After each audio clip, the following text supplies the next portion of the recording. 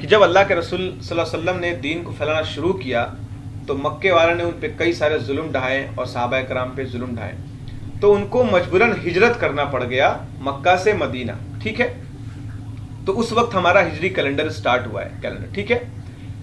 تو بات کریں اسلام کی جو پہلی جنگ ہے وہ جنگ بدر، یاد کرنا جنگ بدر اسلام کی پہلی جنگ ہے جو آلموسٹ 17 رمضان 2 ہجری، یہ جنگ 2 ہجری کو ہوئی تھی، ٹھیک ہے؟ جس جنگ میں 313 صحابہ کرام موجود تھے، کم اور بیش جو بھی ہو، بہتر مورخ جانتے ہیں، اور ہمارے پاس تو یہی ہے ریکارڈ کہ 313 صحابہ کرام شروع سے ہم جانتے ہیں کہ اس وقت جنگ بدر میں موجود تھے۔ اب مجھے ایک بات بتائیں، ان 313 صحابہ میں وہ کون سے صحابہ تھے؟ کیا ابو بکر صدیق رضی اللہ تعالیٰ نہیں تھے، یا عمر فاروق رضی اللہ تعالیٰ نہیں تھے اس میں، یا عثمان غنی رضی اللہ تعالیٰ نہیں تھے، یا طلحہ زبیر رضی اللہ تعالیٰ نہیں تھے، یا بلال رضی اللہ تعالیٰ نہیں تھے؟ 313 صحابہ تھے۔ دیٹ مینس ہم تو چند صحابہ کے نام جانتے ہیں، اور بھی بہت سارے صحابہ کرام تھے جنگ بدر کے دوران، اور یہ بہت ہی نازک سچویشن تھا، نازک استھتی تھا، جس وقت اللہ کے رسول نے خود دعا فرمائی، یا اللہ ہمیں غیب سے مدد عطا فرما، اگر یہ جنگ ہم ہار گئے تو کل قیامت تک تیرا نام لینے والا کوئی نہیں ہوگا۔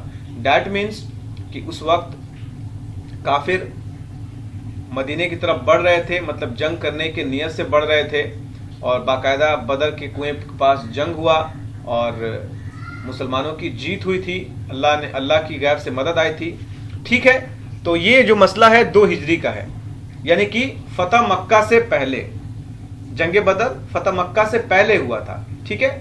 یعنی مکہ کو جو فتح کیا گیا تھا اس سے بہت سال پہلے جنگ بدر ہو چکا تھا۔ تو جنگ بدر میں 313 صحابہ کرام تھے۔ اب آئیں آپ قرآن پہ، یہ پاک کلام ہے، فرقان ہے، اللہ نے اس کتاب کی حفاظت کی دلیل اس کتاب میں دی ہے کہ میں اس قرآن کی حفاظت خود کروں گا، مطلب اس قرآن کا حفاظت کرنا کا ذمہ اللہ کے پاس ہے، ٹھیک ہے؟ اللہ نے خود اس قرآن کو حفاظت کیا ہے۔ حسن اللیاری کے نزدیک یہ بھی ثابت ہے کہ معاذ اللہ ہمارے پاس جو قرآن پہنچا ہے وہ انکمپلیٹ ہے، مطلب ہیر بدل ادھر ادھر کیا گیا ہے۔ اب اس کے جو گندے عقائد ہیں وہ ہر قدم پہ اس کے عقائد غلط ہیں، یعنی کہ پوری دنیا غلط ہے اور یہ بندہ صحیح ہے۔ خیر ٹھیک ہے، میں صحابہ کرام کے بارے میں بات کرتا ہوں۔ یہ ہے سورہ الحدید، یہاں آپ دیکھ رہے ہو میرا جو کرسر ہے یہاں پر، سورہ الحدید ہے نا، یہ 57 نمبر سورہ ہے، قرآن کی 57 نمبر سورہ ہے۔ آپ اس کو کھول کے 10 نمبر آیت پہ چلے آؤ، ٹھیک ہے؟ یہ 11 ہے، اوپر 10 ہے یہ والا، اور یہ 10 نمبر آیت کا ترجمہ ہے انگلش میں، میرے پاس ہندی میں بھی موجود ہے، ٹھیک ہے؟ تو آپ جب ترجمہ پڑھنا شروع کرو گے تو آپ یہاں غور کرنا، یہاں کہہ رہا ہے، اللہ فرما رہا ہے and why should you not spend in the cause of Allah. یہ ایک انگلش میں ہے، میں ہندی میں پڑھ رہا ہوں اور آپ سننا، میرے پاس ہندی میں موجود ہے۔ اور تمہیں کیا ہے کہ اللہ کی راہ میں خرچ نہ کرو، ٹھیک ہے؟ اللہ کے رسول صلی اللہ علیہ وسلم فرما رہے ہیں، اس وقت جو بھی صحابہ موجود تھے اور جو بھی لوگ موجود تھے ان سے اللہ فرما رہا ہے، ٹھیک ہے، کہ تم اللہ کی راہ میں خرچ کیوں نہ کرو، حالانکہ آسمانوں اور زمین میں سب کا وارث اللہ ہی ہے، ٹھیک ہے؟ Allah is the sole inheritor of the heavens and the earth, آسمان اور زمین کا مالک اللہ ہی ہے۔ تم میں برابر نہیں، ٹھیک ہے؟ Those of you who donate and fight, تم میں برابر نہیں وہ جنہوں نے فتح مکہ سے قبل، یعنی کہ آپ یہاں دیکھ رہے ہو بیفور دا وکٹری اوور مکہ، یہ جو پوائنٹ ہے بہت ضروری ہے۔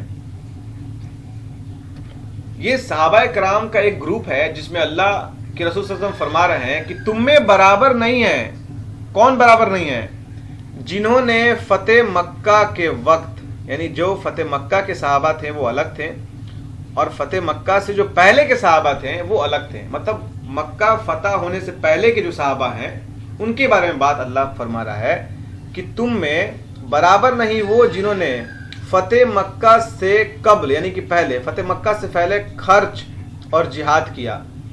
دیٹ مینس دو گروپ ہے صحابہ کرام کا, اور اللہ کے رسول فرما رہے ہیں گروپ اے سے گروپ بی کو. گروپ اے والے صحابہ فتح مکہ سے پہلے والے صحابہ ہیں, یعنی کہ جنگ بدر کے صحابہ, اور فرما رہے ہیں کہ اے صحابیوں یہ صحابہ تمہارے برابر نہیں ہیں. میں اس کو اور وضاحت کر رہا ہوں, ایکسپلین کر رہا ہوں. مطلب یہاں پہ ڈفرنس بتایا جا رہا ہے کہ جو صحابہ کرام جنگ بدر میں تھے وہ فتح مکہ کے بعد والے صحابہ کے برابر نہیں ہیں, ان کا مرتبہ بڑا ہے. یہاں دیکھیے آر ان پیرلل, مطلب برابر نہیں ہے, پیرلل نہیں ہے. They are far greater in rank. دیکھیے یہاں رینک کی بات کی جا رہی ہے, یعنی کہ ان صحابہ کرام کے جو درجات ہیں, جو ان کا رینک ہے بہت بڑا ہے. یا قرآن فرما رہا ہے ان صحابہ کرام کے بارے میں جنہوں نے جنگ بدر میں پارٹیسپیٹ کیا. جو اسلام کا بہت ہی نازک سچویشن تھا, اسلام کو اس وقت سخت ضرورت تھی ان لوگوں کی, جو اللہ نے اپنی دین کی خدمت ان لوگوں سے لی. یہ وہ صحابہ کرام کی بات کی جا رہی ہے کہ یہ برابر نہیں ہے, ان کا رینک بہت بڑا ہے. سمجھے اس بات کو. وہ مرتبے میں ان سے بڑے ہیں جنہوں نے فتح مکہ کے بعد خرچ اور جہاد کیا. ٹھیک ہے, ان کا جو ہائی رینک مل گیا کہ یہ بڑے ہیں.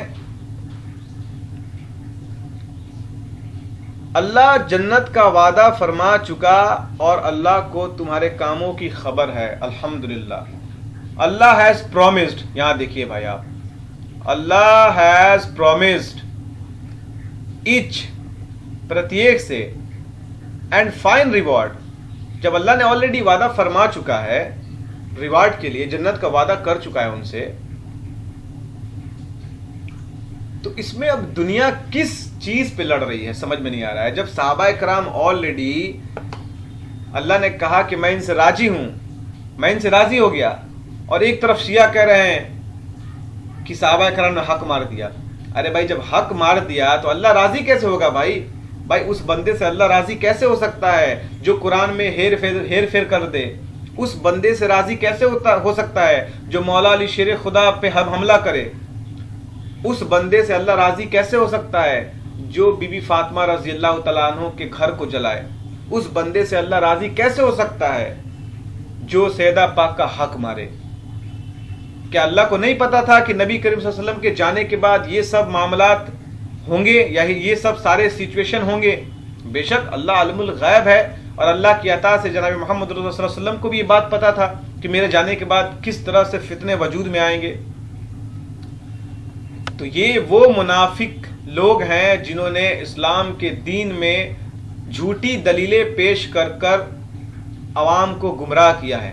ان میں سے سب سے بڑا جو منافق آپ کے سامنے یہ ظاہر ہو رہا ہے, جس کا نام حسن اللہ یاری ہے. میں نے قرآن سے ثابت کر دیا ہے کہ جنگ بدر کے جتنے صحابہ ہیں اللہ ان سے راضی ہے, ان کو جنت کی بشارت دی گئی ہے, اور ان کا مرتبہ دوسرے صحابہ کرام سے بھی بڑا ہے. میں تابعی تو اور تبع تابعی بہت دور چلے گئے. صحابہ کرام میں بھی گروہ جو بڑے بڑے بنے تھے, خلفائے راشدین ہیں, عشر مبشرہ کے صحابہ ہیں, اور جنگ بدر کے صحابہ 313 ہیں. یہ وہ صحابہ کرام ہیں جن سے جنت کی بشارت قرآن سے ثابت ہو گیا کہ ان سے اللہ راضی ہے, اور ان کو ریوارڈز کا وعدہ دے دیا گیا ہے, یعنی کہ وہ جنت کا وعدہ دے دیا گیا ہے. اب مجھے بتائیں کہ یہ بدبخت صحیح بول رہا ہے یا میرا پاک کلام صحیح بول رہا ہے؟ اب جتنے بھی ہمارے بھائی بہن جن کے پاس علم کی کمی ہے وہ علم دین سیکھیں, قرآن پڑھیں, ایسے لوگوں کے چکر میں نہ رہیں, کیونکہ اللہ کے رسول نے فتنوں کے بارے میں ہمیں آگاہ کر دیے ہیں کہ ہمارے امت میں 73 فرقے ہوں گے, سب کے سب جہنم میں جائیں گے, صرف ایک فرقہ ہوگا وہ جنتی ہوگا.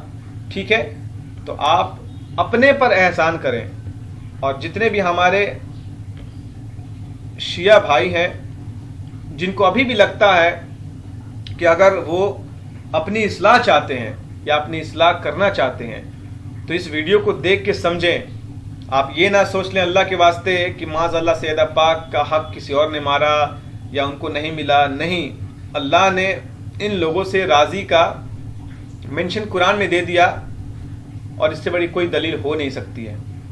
اس میں کوئی ڈاؤٹ نہیں ہے کہ اسلام کو بہت ضرب لگا ہے، بڑے بڑے منافق اسلام کو تکلیف پہنچانے کی کوشش کیے ہیں۔ آقا جب ہمارے دنیا سے تشریف لے گئے تو اس وقت اسلام میں کتنے منافق نے شامل ہو کے اسلام کو چوٹ پہنچایا، بہت سارے باتوں میں دین کے مسئلے مسائل میں اضافہ کیا۔ تو مجھے لگتا ہے کہ اس وقت کے عالم نے اسلام دین کو صحیح سے ٹھیک کیا، ٹھیک ہے، کیونکہ اللہ کے رسول صلی اللہ علیہ وسلم کے جانے کے بعد قرآن کا اکٹھا ہونا، حدیث کا اکٹھا ہونا ثابت ہوتا ہے، ٹھیک ہے۔ تو یہاں جو ہمارا قرآن ہے سب سے بڑا پیمانہ ہے، اس کے بعد صحیح حدیث ہے، جو بھی حدیث ہمیں ہمارے پاس موجود ہے۔ تو جب ہمارے پاس قرآن سے دلیل ثابت ہے تو ہمیں حدیث میں تلاشنے کی ضرورت نہیں ہے۔ اب حسن العیاری کون سا کتاب پیش کر رہا ہے، نہیں کر رہا ہے، ہو سکتا ہے کہ وہ کتاب غلط ہو، یا ہو سکتا ہے کہ وہ کتاب غلط لکھی گئی ہو یا انٹینشنلی غلط پڑھا گیا ہو۔ جب ہمارے پاس قرآن پیمانہ ہے تو اس سے بڑی کوئی دلیل نہیں ہو سکتی ہے۔ حسن العیاری کے بہت سارے گندے گندے عقائد ہیں، مجھے ان سے کوئی رابطہ نہیں کرنا یا مجھے ان سے کوئی ڈسکس نہیں کرنا۔ میں بس اس عوام کو بچانے کی کوشش کر رہا ہوں۔ میرا اس ویڈیو کو بنانے کا یہی مقصد ہے کہ جو بھولے بھالے ہمارے عوام ہیں وہ اس ویڈیو کو سن کے اپنی اصلاح خود کریں۔ فتنوں کا دور چل رہا ہے، معاذ اللہ انہوں نے عائشہ رضی اللہ تعالیٰ عنہ پہ بھی بہت سارے تہمتیں لگائی ہیں، گندے گندے گالیاں دی ہیں ان کو، جو کہ نبی کریم صلی اللہ علیہ وسلم کی آخری بیوی رہ چکی ہیں، اور ان کے بارے میں اللہ کے رسول صلی اللہ علیہ وسلم نے فرمایا کہ تم میری جنت میں بھی بیوی ہو۔ تو بھلا وہ شخص یا وہ عورت جنت میں کیسے جائے گی؟ اگر اس نے اپنے دین چھوڑ دیا یا ایمان سے خارج ہو گئی تو کیسے اللہ کے رسول نے فرمایا؟ کیا اللہ کے رسول صلی اللہ علیہ وسلم کو غائب نہیں تھا؟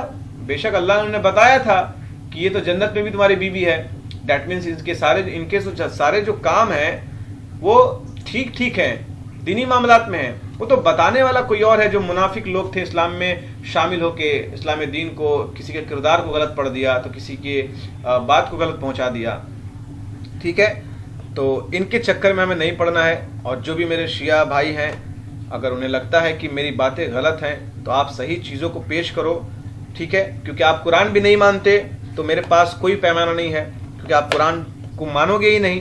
اگر قرآن مانتے ہو تو پھر آپ یہ جو آیت ہے اس کو کھول کے دیکھو، پڑھو، سمجھو کہ اللہ کیا فرما رہا ہے۔ عالم کے چکر میں نہ پڑو جن کے پاس علم نہیں ہے، ان سے دلیل مانگو۔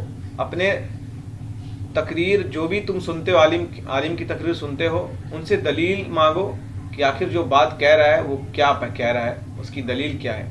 اگر سمجھ میں نہیں آئے تو ہمارے پاس دو پیمانہ ہے، ایک قرآن ہے اس کو مضبوطی سے تھام لو، دوسرا اہل بیت ہے ان کو مضبوطی سے تھام لو۔ اب اہل بیت کی بات صحیح ہے کہ نہیں یہ پتہ کیسے چلے گا؟ تو ہم ان کی بات کو قرآن سے تولیں گے، ٹھیک ہے، قرآن سے تولیں گے، وہ ہمارا سب سے اول پیمانہ ہے، کیونکہ اس وقت تو ہمارے پاس آس پاس موجود نہیں ہے۔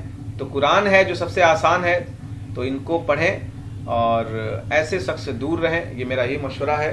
اور اللہ باقی لوگوں کو ہدایت دے، جو بھی ہمارے پیارے پیارے اسلامی بھائی ہیں جو راہ دین سے بھٹک رہے ہیں یا بھٹک گئے ہیں۔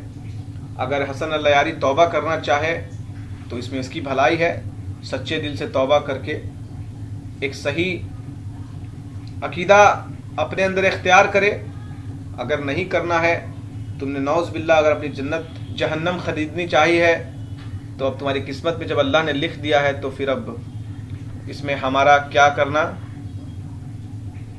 لکم دینکم ولی دین، تمہارے لیے تمہارا دین، میرے لیے میرا دین۔ ہمارے نزدیک صحابہ کرام کا جو مرتبہ ہے وہ اپنے جگہ پر ہے، اہل بیت کا جو مرتبہ ہے وہ اپنے جگہ پر ہے، اور اللہ کے رسول صلی اللہ علیہ وسلم کا جو مرتبہ ہے وہ اپنے جگہ پر ہے۔ ہم کسی میں ہیر پھیر نہیں کرتے، نہ کسی کو بڑھاتے نہ کسی کو گھٹاتے، اور نہ ہی کسی کو لان تان کرتے، کیونکہ قرآن سے یہ ثابت ہے کہ نبی کریم صلی اللہ علیہ وسلم کے صحابہ کرام ایک ایمان والے، کامل ایمان والے تھے، اور انہوں نے اپنے ایمان پر خاتمہ کیا، اور اسلام دین کو بہت انہوں نے کوآپریٹ کیا، مدد کیا دین کو پھیلانے میں، حدیث کو اکٹھا کرنے میں، ٹھیک ہے۔ تو دعا میں یاد رکھیے گا. آپ اپنے سوال کو میرے کمنٹس میں ڈال سکتے ہیں. اگر اور بھی کوئی ڈاؤٹ ہو تو مجھ سے پوچھ سکتے ہیں. اللہ حافظ.